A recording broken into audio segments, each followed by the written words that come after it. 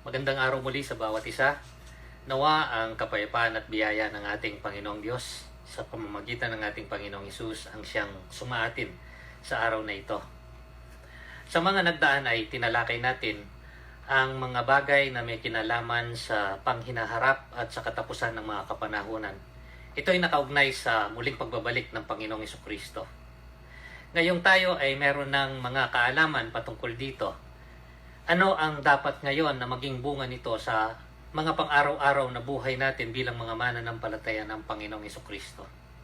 Paano ang isang Kristiyano ay dapat magpatuloy at kumilos sa buhay dito sa mundo habang hinihintay ang muling pagbabalik ng Panginoong Hesukristo? Ang unang sulat ni Apostol Pablo sa mga taga-Tesalonica ay ginamit natin sa ilang mga pag-aaral upang sa ganon ay mabigyan ng kalinawan ang patungkol sa katapusan at sa muling pagbabalik ng Panginoong Hesukristo at sa kahihinatnan ng mga mananampalataya niya. Ito ay sinulat ni Apostol Pablo upang pawiin ang anumang mga pangamba at mga takot sa mga mananampalataya. The first letter of Paul to the Thessalonians was written to enlighten its readers about the second coming or return of the Lord Jesus Christ, to encourage them to spend their time not fretting and fearing, to spend their time not wasting it by worrying. Ito ay makikita natin sa ilang mga bahagi na ating babalikan. Sa 1 Thessalonians chapter 4 verse 18, ito ang sinabi ni Apostol Pablo na pagpapaalala sa kanila pagkatapos niyang bigyan ng mga sapat na kaalaman. Sabi niya, therefore encourage each other with these words. Ang layunin ay upang palakasin ang kanilang loob. Sa gayon nga ay hindi magpatuloy ang kanilang mga nagpapasimulang nararamdaman ng mga pangamba at pagkatakot. Ganon din ang sinabi niya pagkatapos doon sa chapter 5, dito sa verse 11. Sa sulat ding ito, ang sabi niya, therefore encourage one another and build each other up, just as in fact you are doing. At bago isinara o tinapos ni Apostol Pablo ang sulat na ito, siya ay nagbigay ng mga tagubilin, ng mga pagpapaalala sa mga mananampalataya upang sila ay tulungan na makapagpatuloy at makapamuhay ng karapat-dapat habang nalalapit ang pagbabalik ng Panginoong Hesukristo.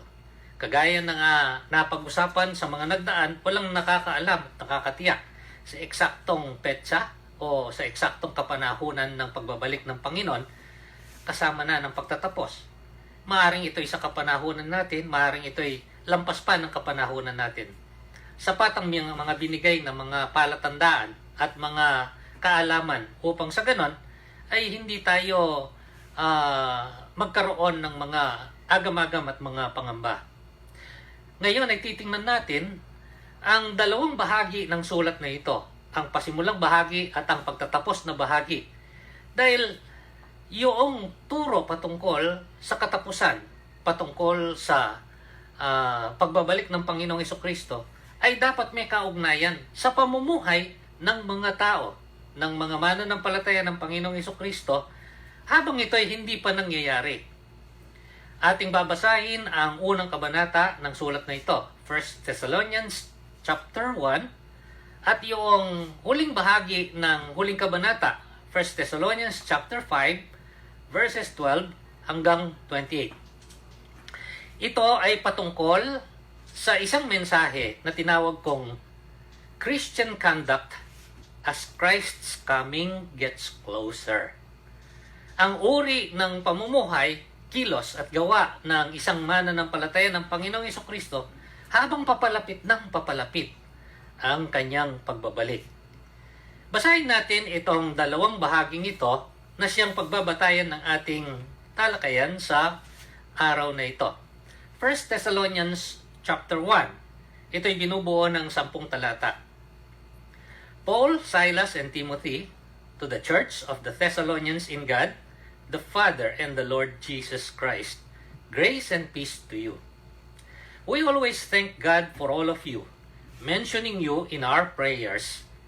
We continually remember before our God and Father your work produced by faith, your labor prompted by love, your endurance inspired by hope in our Lord Jesus Christ. For we know, brothers, loved by God, that He has chosen you, because our gospel came to you not simply with words, but also with power, with the Holy Spirit, and with deep conviction. You know how we lived among you for your sake. You became imitators of us and of the Lord. In spite of severe suffering, you welcomed the message with the joy given by the Holy Spirit. And so you became a model to all the believers in Macedonia and Achaia. The Lord's message rang out from you, not only in Macedonia and Achaia. Your faith in God has become known everywhere. Therefore, we do not need to say anything about it, for they themselves report what kind of reception you gave us.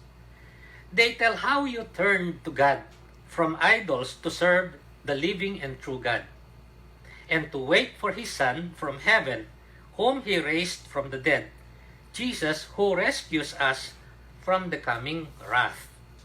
Ngayon ay lilipat tayo sa ikalimang kabanata, magmula sa talatang 12 hanggang sa katapusan ng sulat na ito. And it says, 1 Thessalonians chapter 5, verse 12, Now we ask you, brothers, to respect those who work hard among you, who are over you in the Lord, and who admonish you. Hold them in the highest regard in love because of their work. Live in peace with each other. And we urge you, brothers, warn those who are idle, encourage the timid, help the weak, and be patient with everyone.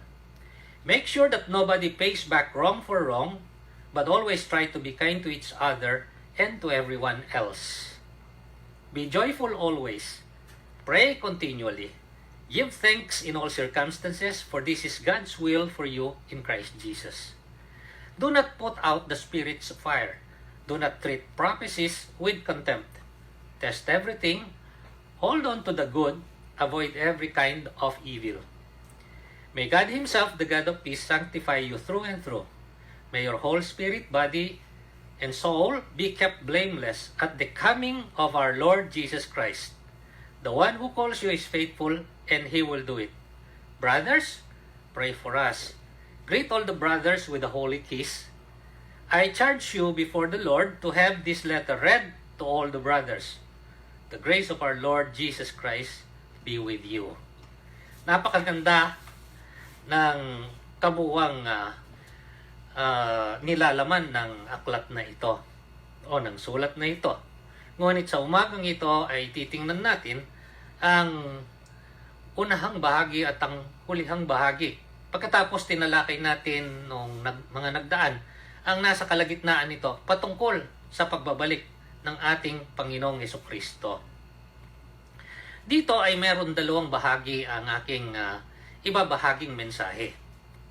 Ang unang bahagi ay patungkol sa mga pangunahing mga prinsipyo na siyang nagiging tuntunan o tungtungan ng pamumuhay ng mga mananampalataya. The first part is about principles that govern our conduct as Christians. Ang ikalawa ay patungkol sa mga partikular na mga gawa na siyang kapahayagan ng pamumuhay o ng uri ng buhay ng isang mananampalataya ng Panginoong Hesukristo sa paghihintay sa kanyang pagbabalik. The first one is about principles. They govern our conduct as Christians. The second one is about particular practices, which are expressions of our Christian conduct. Ang mga taga-Thessalonica na mananampalataya ay nagpapasimulang dumaranas ng iba't ibang uri ng mga hirap at ang ilan ay dumaranas ng mga pag-uusig at kinailangang palakasin ni Pablo ang kanilang mga loob upang sa ganon hindi masayang o makuha ang kanilang mga oras at panahon at natitirang mga buhay sa mga pangamba at pagkatakot at sa mga alalahanin sa kanilang mga dinaranas. Paul is not denying this, but he's helping them cope with all of this. Ang kanyang binigyan ng katiyakan para sa kanila ay ang ultimong tagumpay ng buhay mananampalataya. He gave them the assurance that they will overcome all of this. Yan ay nakatala doon sa 1 Thessalonians chapter 5, verse 9. Ang sabi dito, "For God did not appoint us to suffer wrath, but to receive salvation through our Lord Jesus Christ." Ang mga mananampalataya ay hindi itinakda upang sa ganon dumanas ng galit o pagbubuhos ng kaparusahan ng Diyos, ngunit upang tumanggap ng kaligtasan sa pamamagitan ng Panginoong Hesukristo. Sa diwa nito ay binigyan niya ng mga panuntunan, ng mga tagubilin, ang mga taga-Tesalonikang mananampalataya kung paano sila mamuhay habang hinihintay ang pagbabalik ng Panginoong Hesukristo. He exhorts them afterwards on how to live and conduct themselves as Christians as they await the return of the Lord Jesus Christ. Ilang paunang mga bagay bago ako magpatuloy sa pagtalakay ng dalawang importanteng sangkap na ito ng ating pag-aaral sa araw na ito. The principles that govern our conduct as Christians and the particular practices which are the expressions of our Christian conduct. Kailangang alalahanin natin, ang isang Kristiyano ay isang Kristiyano sa lahat ng kapanahunan. Ang pagiging mananampalataya ng Panginoong Hesukristo ay hindi pang panahon. It's not seasonal. Christians are Christians regardless of the circumstances. Therefore, Christians ought to live as Christians in all circumstances, whether in calm or in crisis. Ito isang napakahalagang bagay na kailangan nating itanim at itatak sa ating mga puso at kaisipan. Ang isang mananampalataya ng Panginoong Hesukristo ay isang mananampalataya ng Panginoong Hesukristo anuman ang kanyang pinagdaraanan, anuman ang kapanahunan. Ito man ay sa panahon ng kapayapaan o sa panahon ng kaguluhan. I will repeat this. Christians are Christians regardless of circumstances. Therefore, Christians ought to live as Christians in all circumstances, whether in calm or in crisis. Ngayon, tumuloy tayo. Ano yung sinabi ni Apostol Pablo ang pangunahing mga prinsipyo na tinutungtungan ng buhay Kristiyano na siyang nagiging sanhi ng uri ng pamumuhay na makikita sa kanya? So, in the opening of the letter, Paul commended them because though they may not themselves notice this, it was very evident in their lives. Ito ang pasimula ni Apostol Pablo, ang pagbibigay ng pasalamat at papuri para sa kanila. Sa kabila ng maaaring sila, hindi man nila napapansin yon. Pero yun ay kapansin-pansin sa maraming mga tao sa kanilang kapaligiran. Anong sinabi ni Apostol Pablo dito sa verse 2 at saka verse 3? Uulitin ko. We always thank God for all of you, mentioning you in our prayers. We continually remember before our God and Father your work produced by faith, your labor prompted by love, and your endurance inspired by hope in our Lord Jesus Christ. Ito yung sinasabi ko. Tatlong bagay ang nakikita sa kanila. Nakita ni Pablo at nakikita ng maraming mga tao sa kanilang kapaligiran. Sukat sinabi dito, sila'y naging mga halimbawa sa buong dako ng Macedonia at Akaya. Napakalaking mga bahagi ng imperya ng Roma sa kapanahon ng yon. Mga pangunahing lungsod at dako na kinikilusan at tinitirhan ng napakaraming mga tao. Ito'y nakita pareho ng kanilang mga kapwa mananampalataya at ng mga di mananampalataya. Ano ang tinatawag na principles na ito? Tatlo ang binanggit ni Apostol Pablo. Ang sinabi niya, una, your work of faith. Ang pangalawa, your labor of love. At ang pangatlo, your endurance of hope in Jesus Christ. Isa-isahin natin. These are the principles that must be present in every Christian's or believer's life so that he can conduct himself as the coming of Christ gets closer and closer. Work of faith. Ang ibig sabihin ni Apostol Pablo, ang kanilang pananampalataya sa Panginoong Hesukristo ay nagbunga ng mga gawa. Hindi ito basta isang kapahayagan lamang na sila'y nananampalataya sa Panginoong Hesukristo. Hindi isang kapahayagan lang na tinanggap nila si Kristo bilang Panginoon at tagapagligtas. Na napakaganda, dapat talaga na ipahayag. Ngunit ito'y pinapakita ng bunga ng kanilang pananampalataya, mga gawa. Anong mga gawa ang binabanggit dito? There isn't much that is mentioned here. It just says work of faith. Apparently, when Paul says works, it means good works. Yan ay maiugnay natin sa sinabi mismo ng Panginoong Hesukristo at sinabi ni Apostol Pablo sa iba pang mga sulat niya. Tingnan natin ang sinasabi dito sa dito muna sa mga ebanghelyo, dito sa Matthew chapter 5, kung saan inilarawan ng Panginoong Hesukristo ang karapat-dapat na gagampan ng papel ng mga mananampalataya niya dito sa mundong ito, ay kanyang sinabi ang mga pananalitang ito. Matthew chapter 5, from verse 14 up to verse 16, this is what Jesus Christ said. You are the light of the world. A city on a hill cannot be hidden. Neither do people light up a lamp and put it under a bowl. Instead, they put it on its stand, and it gives light to everyone in the house.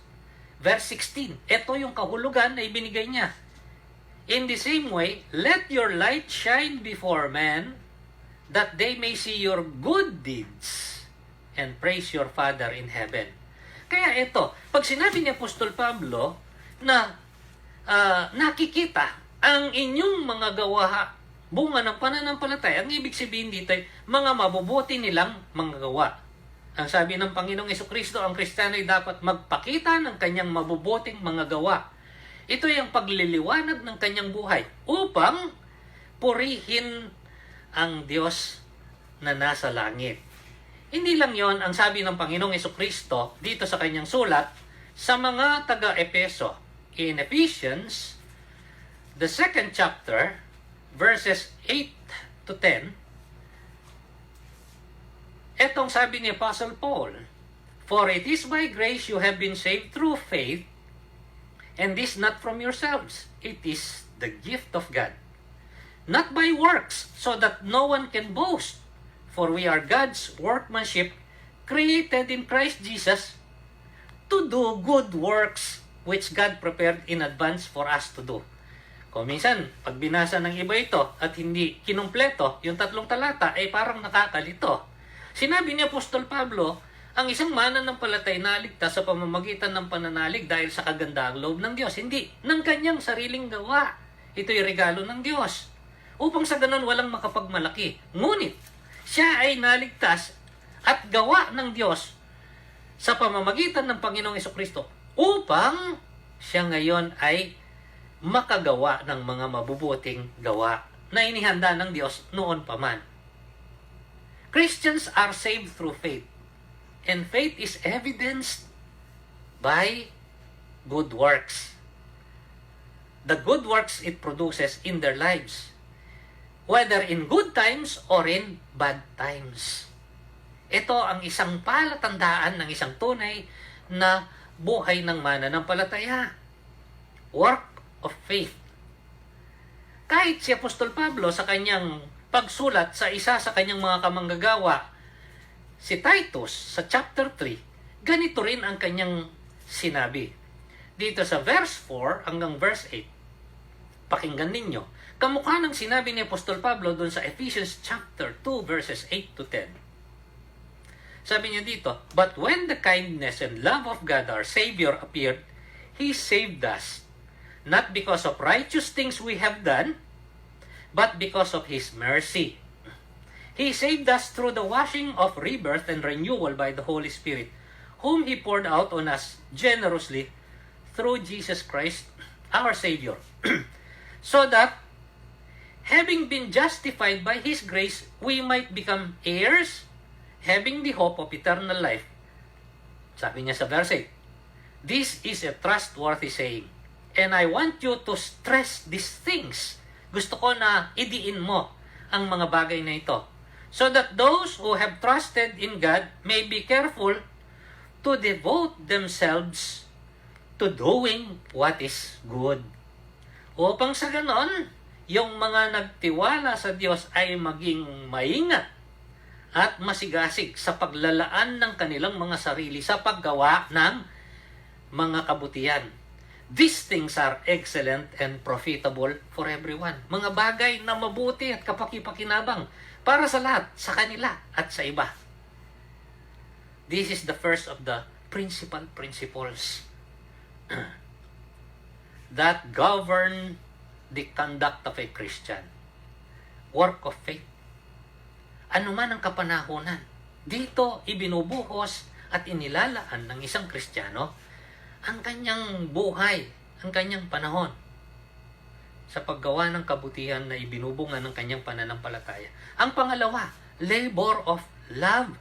Pagsusumakit ng dahil sa pag-ibig. Christians ought to live in love. Why? Because we are recipients of love. Remember John 3:16? For God so loved the world that He gave His one and only Son, so that whoever believes in Him shall not perish but have eternal life. We are recipients of His love. We are a product of God's love.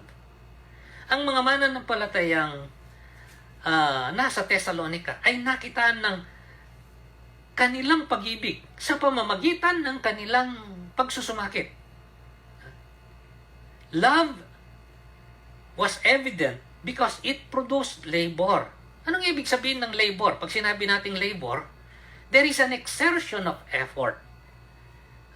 There is a deliberate exertion of effort to express love. Ito ay paggawa ng maigting upang sa ganon ay maipahayag ang pag-ibig. It goes beyond the call of duty. Kasi merong panawagan upang tayo'y umibig. Pero itong pinapakita nila, higit pa dun sa inaasahan. Higit pa dun sa sasabihin ng isang tao, sapat naman yan. Pero ito'y ibinibigay nila ng higit pa. Narinig niyo na siguro yung kasabihang taking the extra mile. Sa mga panahon ng mga Romano kasi, merong batas ang mga Romano na ipinapairal sa kanilang sinasakop na mga lugar. Kung saan ay maaari nilang utusan ang isang naglilingkod sa hukbo ng mga Romano ay maraming mga kagamitan. Yung kanyang ginagamit sa digmaan at sa kanyang pang-araw-araw na pagiging kawal. Kapag nakakita siya ng isang Hudyo o isang tao na nasa ilalim ng kanilang pamamahala at siya'y napapagod, pwede niyang tawagin ito at ipabitbit sa kanya ang kanyang mga kagamitan. At ayon sa kanilang batas ay hindi maaaring tumanggi yung taong yon. Ngunit siya ay pinahihintulutan lamang na ipabitbit.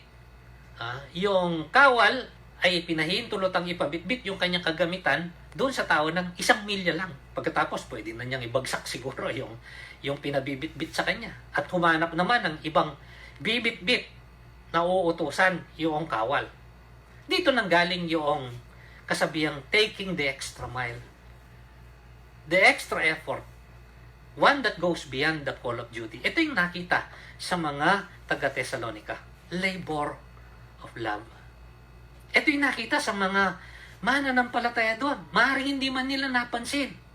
Sa kanilang mga mabubuting gawa, kasama yung pagpapahayag ng pag-ibig na pinagsusumakitan nila.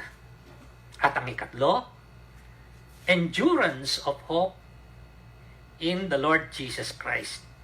Isang uri ng matyagang pagbabata ng dahil sa pag-asa na na kay Kristo Jesus. You see, the Christian life is a life of hope. Of all people, we are the most hopeful in the whole world because our Lord has given us so many promises that we can hang on to. Bakit? Dahil siya'y tapat. Dahil siya'y totoo. Ang sabi doon sa 1 Thessalonians, dito sa chapter 4, dito sa verse 13, sabi niya, Brothers, we do not want you to be ignorant about those who sleep, or to grieve like the rest of men who have no hope. Hindi tayo dapat maging kagaya ng mga tao na namimigati at wala ng pag-asa dahil wala silang inaasahan. The Christian life is a life of hope. And this has become evident in the conduct of the Thessalonian believers. Hope produces endurance. Kapag ang tao ay may pag-asa, siya'y nakapagtsatsaga at nakapagbabata. With hope, we can bear much difficulties and sufferings. We try to avoid them if we can. But reality is that they will come. When they come, isa sa mga palatandaan ng buhay Kristiyano, ang pagtitiyaga at pagbabata. We never give up. We never faint in trusting the Lord. Hindi tayo bumibitaw, hindi tayo nagmamaliw sa pagtitiwala sa Diyos. Ang lahat ng ito ay lilipas at totoo pa rin ng Panginoon ang lahat ng kanyang mga ipinangako. These are the principles governing our Christian lives. Itong sinabi ni Apostol Pablo. Uulitin ko. 1 Thessalonians chapter 2, verse 3. We continually remember before our God and Father your work produced by faith, your labor prompted by love, your endurance inspired by hope in our Lord Jesus Christ. They sound familiar, don't they? Bakit? Faith, love, and hope. Kung maalala nyo, sa isang sulat ni Apostol Pablo, sa 1 Corinthians, chapter 13, verse 13, ang sabi niya, sa kahuli-hulihan, only three things shall remain. Faith, hope, and love. Sa kahuli-hulihan, three things shall remain. These are the principles governing our Christian life. By the way, where did they come from? Saan nanggaling ito? Hindi ito parang kabuti na sumulpot lang sa kasabihan ng mga tao. Hindi parang singaw lang. May pinanggalingan. Ang pinanggalingan nito, sa chapter 1 verse 5, ang sabi dito ni Apostle Paul sa mga taga-Thessalonica, because our gospel came to you not simply with words, but also with power and with the Holy Spirit and with deep conviction. Ito'y bunga ng kapangyarihan ng mabuting balita at ng gawa ng Espiritu Santo. Ang mabuting balita ay patungkol sa Panginoong Jesucristo na namatay para sa ating mga kasalanan, nabuhay na maguli upang iligtas tayo sa kapahamakan na bunga ng kasalanan. At ito ang pinaunawang mabuti ni Apostol Pablo sa kanila. Dahil tayo na iniligtas ng Panginoong Jesucristo ay hindi itinakda tungo sa kapahamakan o kaparusahan. Chapter 1 verse 10, sabi niya dito, for regarding us, and to wait for His Son from heaven, whom He raised from the dead, Jesus, who rescues us from the coming wrath. Siyang nagliligtas. Siyang magliligtas sa atin sa darating na mga pagbubuhos ng galit sa mga kapahamakan. At yung binasa ko kanina sa chapter 5 verse 9, uulitin ko, God did not appoint us to suffer wrath, but to receive salvation through our Lord Jesus Christ. The Thessalonians showed the immediate evidence of receiving the gospel in Christ. Ito nakita sa kanila. Ang kaligtasan kasi ay kapag nangyari, parang hangin, sabi nga ng Panginoong Jesucristo. Maaaring hindi mo makita pero alam mo na may kaganapan. Pero pagkatapos nun, merong naipapakitang mga katibayan. The Thessalonian believers showed the immediate evidence of receiving the gospel and the Lord Jesus Christ. Ang sabi dito, they turned to God from their idols. Nagbago sila ng pinagkakatiwalaan at sinusundan. Iniwanan nila ang kanilang mga Diyos-Diyosan at tumalima sa Diyos to serve the living and true God, awaiting for Christ's return. That is who we are. Now, what then are the particular practices that Christians must pursue in light of Christ's imminent return? Ngayong alam na natin yung principles that govern our Christian life and conduct. What are the particular practices? Ano ang mga espesipiko na mga gawain na dapat itaguyod ng pamumuhay ng isang mananampalataya habang hinihintay yung napipinto at tiyak na pagbabalik ng Panginoong Jesucristo. Diyan tayo pupunta ngayon sa 5 kabanata magmula sa talatang 12. Ito ay aking igugrupo sa 2 bahagi. Okay? The particular practices that expresses Christian conduct. Yung una, toward others.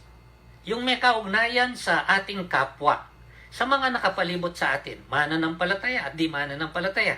Okay? Kung anong uri ng pakikitungo at pamumuhay meron tayo na may kaugnayan sa mga nakapalibot sa atin. Ang pangalawa nito ay yung conduct toward God. Yung may kaugnayan sa personal nating pakikipag-ugnayan. Yung personal na relasyon natin sa Diyos. So, 2 bahagi yan. Conduct toward others and conduct toward God. Yung una muna, magmula sa verse 12 hanggang doon sa verse 15. Babasahin ko muli. Ang sabi niya, "Now we ask you, brothers, to respect those who work hard among you, who are over you in the Lord, and who admonish you. Hold them in the highest regard in love because of their work. Live in peace with each other. And we urge you, brothers, warn those who are idle, encourage the timid, help the weak, be patient with everyone. Make sure that nobody pays back wrong for wrong, but always try to be kind to each other and to everyone else." Ito yun. Kapag hinimay natin at inisa-isa natin, ito ang kalalabasan nito. Actually, these are self-explanatory. Hindi man kailangan ng malalim at malawakang pagpapaliwanag nito. Basahin mo lang ito kahit minsan. Ay, mauunawaan mo ang ibig sabihin nito kung bukas ang iyong puso at yung kaisipan sa pagtanggap sa mga panuntunan ng Diyos. Lalo na kapag paulit-ulit na ito ay iyong binasa at iyong pinagbulay-bulayan. This is the admonition and exhortation of Apostle Paul, how we will conduct ourselves. What are the particular practices that we will have to do? Una, toward others. Inisa-isa dito ang iba't ibang uri ng tao na maaaring makasalamuha at makasama natin pareho sa kapwa mananampalataya at sa mga hindi mananampalataya. Ang inuna, to those who tend our spiritual lives. Sa kanila na nangangalaga ng ating pang-spiritual na pamumuhay. Anong sabi dito? Ang sabi dito ni Apostle Paul, patungkol sa mga taong ito, hold them in the highest regard in love because of their work in the Lord. Sila ay inyong bigyan ng mataas na uri ng paggalang na may pag-ibig dahil sa kanilang mga ginagawa. Hindi napakadalas na si Apostol Pablo ay nagsasabi na kailangang ilagay sa animoy mataas na kalagayan ang mga kagaya niya. Pero ito ay sinabi niya na importanteng bagay sa pamumuhay ng mga mananampalataya. You must give them respect in love. Why? Because of their work. Nang dahil sa kanilang ginagawa.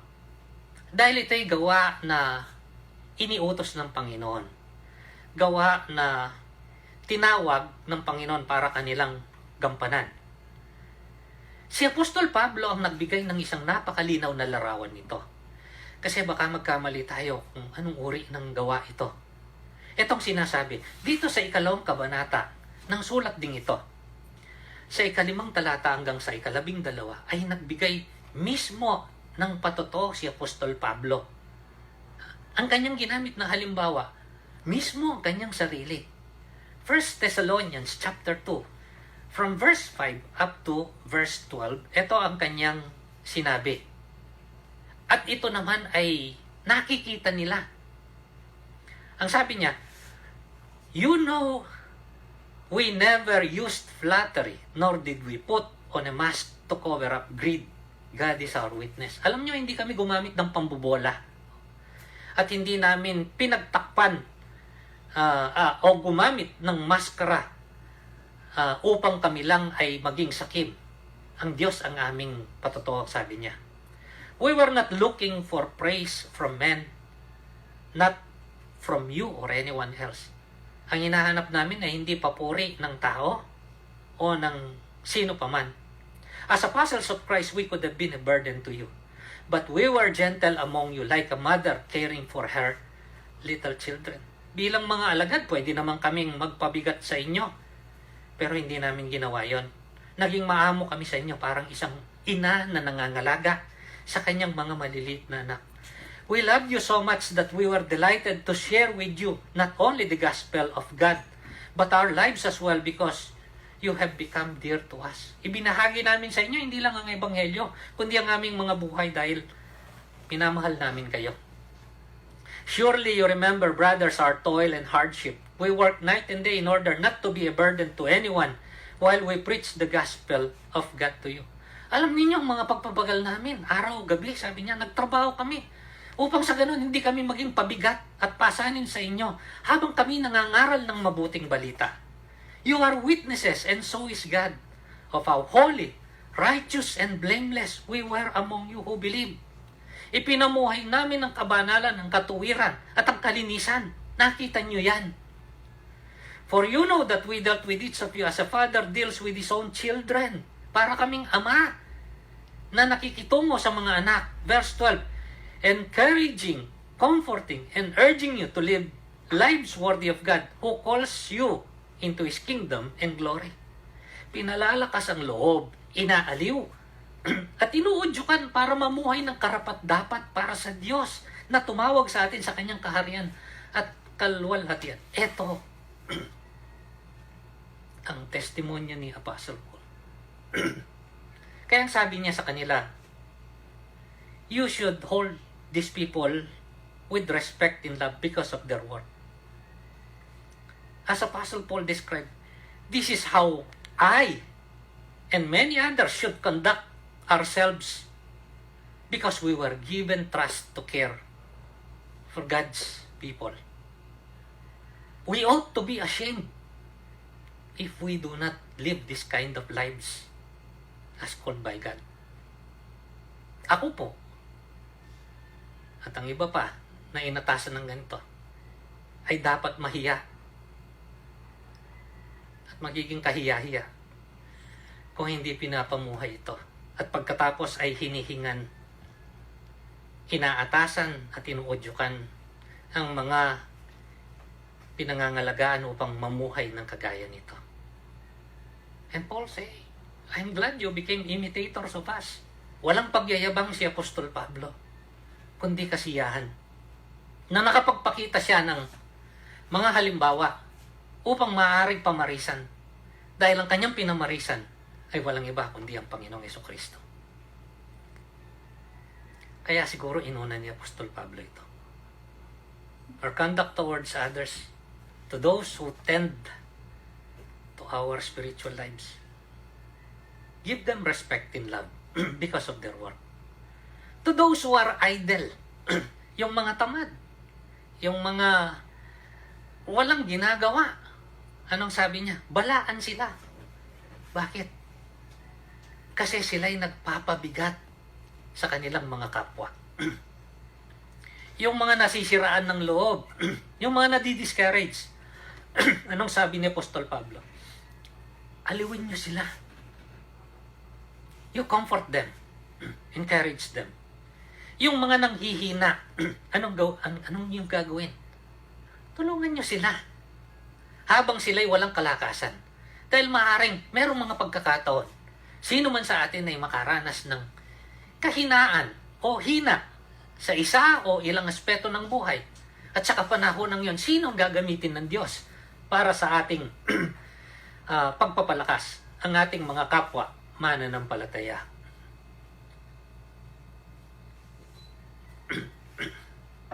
Excuse me. And Paul said, be at peace together. Be patient with one another. Panatiliin natin ang kapayapaan sa pakikitungo natin sa isa't isa. Maging matyaga tayo sa isa't isa. Be kind and do good to one another and to everyone else. This is what Christian conduct is all about. Let us not repay evil for evil. Let us always find something good to do to others and for others. This must be our conduct toward others. This is how we should treat one another. Dito tayo tinawag ng Panginoon sa kapayapaan at sa kabutihan. Ngayon, paano natin may pagpapatuloy ito? Mayroon din sangkap particular practices that has to do with our conduct toward God. Yun namang ating kilos, mga gawa, pag-uugali na may kaugnayan sa Diyos. Ito'y makikita naman natin magmula sa chapter 5, verse 16 hanggang verse 22. Ano ang sabi dito ni Apostol Pablo? Be joyful always. Pray continually. Give thanks in all circumstances, for this is God's will for you in Christ Jesus. Ito ang sabi ni Apostol Pablo. Do not put out the Spirit's fire. Do not treat prophecies with contempt. Test everything. Hold on to the good. Avoid every kind of evil. Kung mapapansin ninyo, yung unang grupo na tinalakay natin kanina ay may kaugnayan sa ating pakikisalamuha, pakikitungo sa ating kapwa-tao ngayon, ay isang personal na bagay sa ating mismong pakikitungo sa dakilang Diyos. Ano ang mga nilalaman nito? If we take them one by one or by item. Ano ang una? Be joyful always. Rejoice. Kasi ang ating kagalakan ay dahil sa Panginoon. At ibinabalik natin yung kagalakan natin sa Kanya. Our rejoicing must be directed to God. Kaya nga sabi ni Apostol Pablo dun sa sulat niya sa mga taga-Filipos, rejoice in the Lord always. Again, I will say, rejoice. The Christian life is a life of joy because we have a God. He is the God who brings joy into our lives. Ang sabi nga doon sa isang aklat sa Lumang Tipan, sa Nehemias, the joy of the Lord is our strength. Ano ang pangalawa? Sinabi niya dito, pray continually. Manalangin kayo palagian. Dahil ang pagpapakita natin ng pagdidepende at pagtatiwala ay sa Diyos. Dapat tayong nagtitiwala sa Kanya sa lahat ng pagkakataon. Kaya dapat tayong palagi ang dumudulog sa Kanya sa panalangin. Inihahain natin sa Kanya ang ating mga pangangailangan, ang ating mga inaasam-asam. At kaakibat nito, give thanks in all circumstances. Tayo ay maging mapagpasalamat. Kung tayo ay titigil lang pansumandali, if we become still and calm, we will realize and see that God never fails to provide for us what we truly need. Totoo yung sinabi ni Pablo sa mga taga-Filipos, our God shall supply all our needs according to His riches in glory in Christ Jesus. He has done us so much good. We cannot even think of all of them because they almost come naturally and normally. He has never harmed us. Tatlong bagay ang inuna. Rejoice, pray, and give thanks. At pansinin ninyo, merong mga paglalarawan. Rejoice always. Pagkatapos, pray continually. Give thanks in all circumstances. Ang hinihingi sa atin, dapat consistent yan, palagian yan. Hindi naghihintay ng mabuti at maayos na kapanahunan, kundi sa lahat ng kapanahunan. Always, continually, in all circumstances. Yun ang sabi dito. For this is God's will for us in Christ Jesus. Added to that, ang sabi niya dito, do not put out the Spirit's fire. Listen to the Holy Spirit. Maging sensitibo tayo sa udyok ng Espiritu Santo. Sa iba, napaka-misteryoso nito.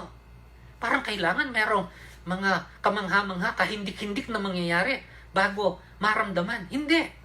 Ang sabi ang mananampalataya kapag tumanggap kay Kristo at nakatanggap ng kaligtasan, tinatahanan ng Espiritu Santo. Araw-araw, sa lahat ng panahon, ang Espiritu Santo ang nagiging gabay at umuudyok kung anong dapat gawin. Ang ibig sabihin, hindi tayo ililigaw ng Diyos. Tayo ay Kanyang inuudyukan sa pamamagitan ng gawa ng Kanyang Espiritu Santo sa ating mga kaisipan, sa ating mga puso. At ang sabi dito, hindi natin dapat ipagwalang bahala ang Kanyang mga udyok. Do not put out the Spirit's fire. Be sensitive to His leadings and to His promptings. At ang sabi sa susunod, may ugnayan din dito, do not treat prophecies with contempt. Again, ang mga tao, hahanap ng mga parang mga hula na mangyayari sa kanilang mga buhay. This is not speaking of that thing. It speaks of God's Word. We should listen to God's Word. We should not ignore God's Word. We should not take God's Word lightly. This is what prophecy is all about. Pag sinabi, kapahayagan ng Diyos, ang ibig sabihin, ang mga salita ng Diyos. O may kapahayagan ng Diyos patungkol sa panghinaharap na mangyayari na hindi pa nangyari ngayon. Pero ang marami sa mga nilalaman ng kasulatan ay ang mga salita ng Diyos patungkol sa mga nangyayari ngayon, sa mga pangkaraniwang sangkap at pangyayari sa buhay ng isang mananampalataya. When people ignores God's Word, they despise the prophecies of God. Yung iba gustong-gusto yung mga propesiya, kung anong mangyayari sa kanilang mga buhay, kung ano yung magiging kahihinatnan, kung successful ba o hindi, kung sasagana o hindi. Pero they ignore even the simplest things that are mentioned in the Bible that we ought to be doing in our day-to-day lives. They are so enamored with something that has not yet come, or they're not even supposed what will be the outcome, and yet they cannot bring themselves to live according to the most simple and basic of the prophecies of God. Living the Christian life. Prophecies must be heeded. At merong isang babala dito kasi. Ang sabi niya, test everything. Hold on to the good. Paano mong masusuri at matitest yan? I will give you a hint. Dito sa mga gawa, Acts chapter 17, sa verse 11, merong papuring espesyal na ibinigay sa mga grupo ng tao na binanggit pa ang mga taga-Thessalonica. Itong sinasabi. Acts chapter 17, verse 11. Now the Bereans were of more noble character than the Thessalonians. Minsan lang sila nabanggit. Ang mga taga-Berea ay may tuturing na merong isang higit na napakagandang katangian, higit pa sa mga taga-Thessalonica. Hindi ibig sabihin na masama yung mga taga-Thessalonica. Nakita naman natin ang kagandahan ng patutuan ni Apostol Pablo patungkol sa kanila. Pero pinapurihan ito dahil merong espesyal na katangiang nakita sa kanila. Anong sabi dito sa pagpapatuloy? For they received the message with great eagerness and examined the scriptures every day to see if what Paul said was true. Ang ganda ng mga sinabi patungkol sa kanila, napaka-simple. Dahil tinanggap nila ang mensahe, ang salita ng Diyos na sinabi ni Apostol Pablo na merong excitement Ngunit, sinuri nila ang kasulatan araw-araw upang tiyakin at tingnan ng sinabi ni Pablo ay totoo. Put to test everything. Do not just swallow them, hook, line, and sinker. Just because somebody says that this is the Word of God, look for yourselves. Kaya nga tayo ay gumagawa dito ng mahaba-habang pagtalakay. Paulit-ulit na binabasa ang mga talata upang kayo na nakikinig, hindi lang marinig, kundi tingnan ninyo at paulit-ulit na tingnan ninyo. At huwag ninyong tatanggapin kung hindi kayo nakatitiyak sa ilalim ng gabay at patnubay ng Diyos kung ito ay totoo. And, in conclusion, ang sabi niya dito, hold on to the good, avoid every kind of evil. Bilang ating commitment sa Diyos, ang tatanggapin lang natin ay ang mabuti at ating tatanggihan ang anumang masama. Only good can come from God, never evil. Mga kapatid, sa pananampalataya, ito ang tagubilin ni Apostol Pablo. We may know so many things about the future. We may be so well versed with even the most detailed knowledge that is in the scriptures about the second coming of Christ, the future of Christians, and the end times, and the end of the age. There is nothing intrinsically bad or evil about it. But if we do not conduct ourselves as Christians, as Christ's coming gets closer and closer, it would not benefit us as much as God wants us to benefit. Napakahalaga nito. The Christian conduct as Christ's coming gets closer. Dalawang bahagi. There are principles that should govern this conduct. Work of faith, labor of love, endurance of hope in Christ Jesus. Dahil ang buhay Kristiyano, tatlo ang mananatili hanggang huli. Faith, hope, and love. At yung mga ibubunga nito. And then we should be mindful of the particular practices, yung mga specificong dapat nating ginagawa.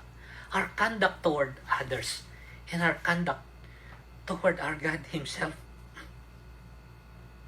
Finally, as we conclude, as we conduct ourselves as Christians, the way that is exhorted and admonished by Paul and many others, what will be our continuing confidence? Ano yung magpapanatili? Magtataguyod? Ano yung kumpiyansa natin? How can we ever pursue this? Para sa marami, sasabihin lang, hindi napakadali. Oo. Walang nagsabi na naging napakadali. See, to be a Christian is so easy. You just have to receive Christ as your Lord and Savior wholeheartedly. To live as a Christian is not necessarily as easy, but it is possible. You can pursue it. Anong sabi dito sa closing part? 1 Thessalonians chapter 5, verse 23 hanggang 28. May God Himself, the God of peace, sanctify you through and through. May your whole spirit, soul, and body be kept blameless at the coming of our Lord Jesus Christ. The one who calls you is faithful, and He will do it. Brothers, pray for us. Greet all the brothers with the holy kiss. I charge you before the Lord to have this letter read to all brothers. Basahin nyo ito. Ipaalam nyo ito. Ipahayag ninyo sa lahat ng mga kapatid.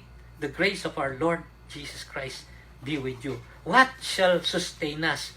What is our continuing confidence? Ito, sinabi dito.